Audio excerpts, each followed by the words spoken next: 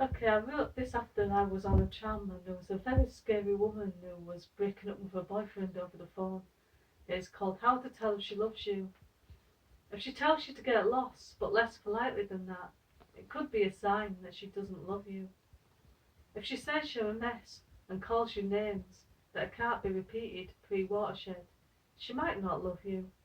If she threatens to set her family onto you and says she'll send them to your door to smash your face in, she's probably fallen out of love. If she screams about how she wants to cut you up and send the tiny pieces back home to your family, she really doesn't love you. In fact, she's insane. And you should probably run now. Just get out and save yourself.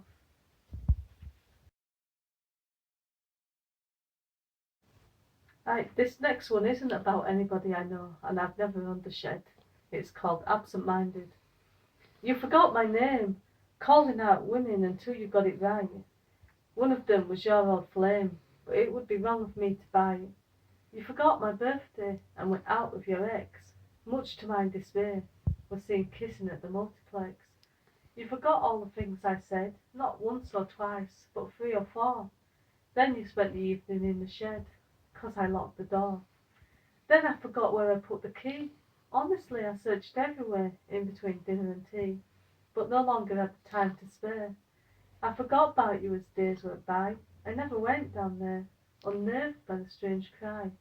It's not that I didn't care. I forgot about you in the shed when the demolition began. I thought the screams were in my head. Burying you alive was never my plan. It was called Life Through a Lens. She saw fireworks light up the sky in the most amazing display of colours and patterns, best watched firsthand, though she never noticed when she watched the video later.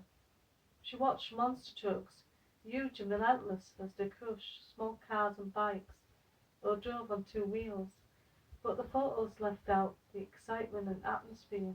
She grew up listening to her favourite band, got tickets to see them on tour, but she only saw through her phone screen and missed the small details around her that the tiny screen didn't pick up.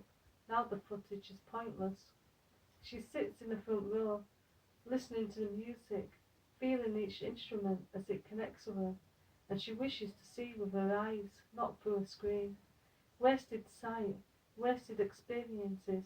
She regrets it now, and if she could do it all again, she would live in the moment, leave the cameras at home, and not live a life through a lens.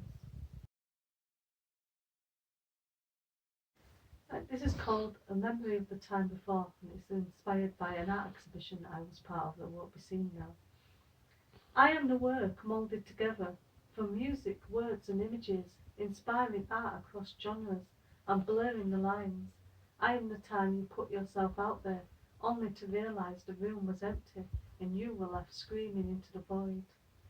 I am the place you'll never see, at least not with the naked eye. Thoughts and feelings stripped bare, but we all carry them inside. I may never be seen, but you created me.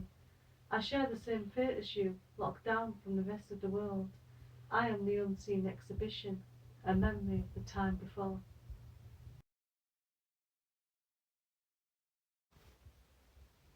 Right, this is one that I wrote last August and it actually got accepted for publication quite quickly, but then I've been waiting since then for it to actually be published. It's called Out of Line. They say you're out of line if you step out of line, even if you don't know what you're waiting for. They put the weight of the world on you, whether underweight or a little over, undernourished whether in body or soul, pushing you over the edge to be who they say you ought to be. Get the right clothes and body shape, listen to the right music. Don't step out of line. We are all waiting here for something better. But we're in the wrong place, trying to make sense from lunacy, told we don't fit the mould, or the clothes we force ourselves into, like the lives we impose upon ourselves, until one day the tightness is just too much, the desire to exhale overwhelms, not slowly, but all at once. It's all just too much, and everything spills out, like the overindulgent weekend, only much worse. They say it's our fault when our thoughts come spilling out, our true selves pour out, resentment from years of being pushed down, relabelled as out of line. But this only started back when we were forced into line. If only we could just be ourselves, individual, not causing harm to anyone, instead of being moulded against our will, missing chances, told we're too young, too young, too young, then too late, we're too old, missing chances by waiting for the right time, for everything to just fall into place. The truth is, unicorns aren't real. There is no pot of gold at the end of the rainbow. The time is now. No matter the place, your age or body shape, this is the day to chase your dreams if you would only step out of line. Okay, so I'm going to read one now from my Love Dates and Other Nightmares collection, and it's one I've never read out before, and it's unusual because it's a love poem and I don't normally do love poems. It's called Moments. Were you my friend and I didn't know, the moment when my feelings changed? I can always look back and try to pinpoint the exact moment. You told me that you felt the same. We both quickly fell, my heart melted for you, but you were in my heart before.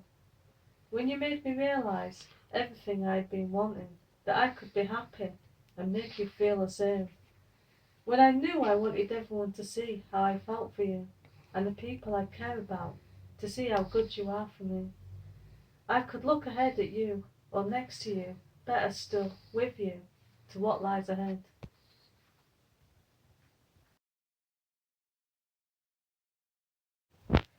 Right, this one's called Shopping is my new favourite extreme sport.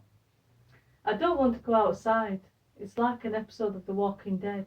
Every time we go on a food run, madness in the shopping aisles, fighting over packets of toilet rolls, seeing who can get in the first hit, who needs it more, who's full of, walking home with shopping bags, holding them up like crosses, get back, running into the path of a truck because you're an ignorant, you can't stick to the 2 metre rule, and I wish I'd just stayed at home and eaten mouldy crackers instead, because the whole world is crackers now.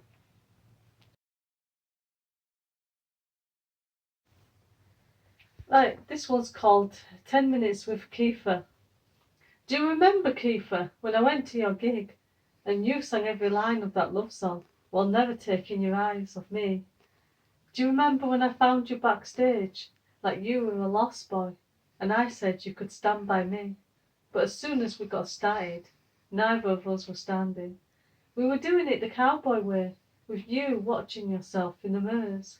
You yelled, "We're running out of time," then left me alone. You only had 23 hours and 50 minutes left to save the world from terrorists. I had to tell Andy there was a big queue for the toilet, but he never knew. Do you remember the following morning? We bumped into you in Wetherspoons, and I had to act like last night didn't happen. Then later I tried to call you from a phone booth, but you never answered. You left me forsaken. And as a disclaimer, Kiefer Sutherland was not harmed or molested in any way during the writing of this poem.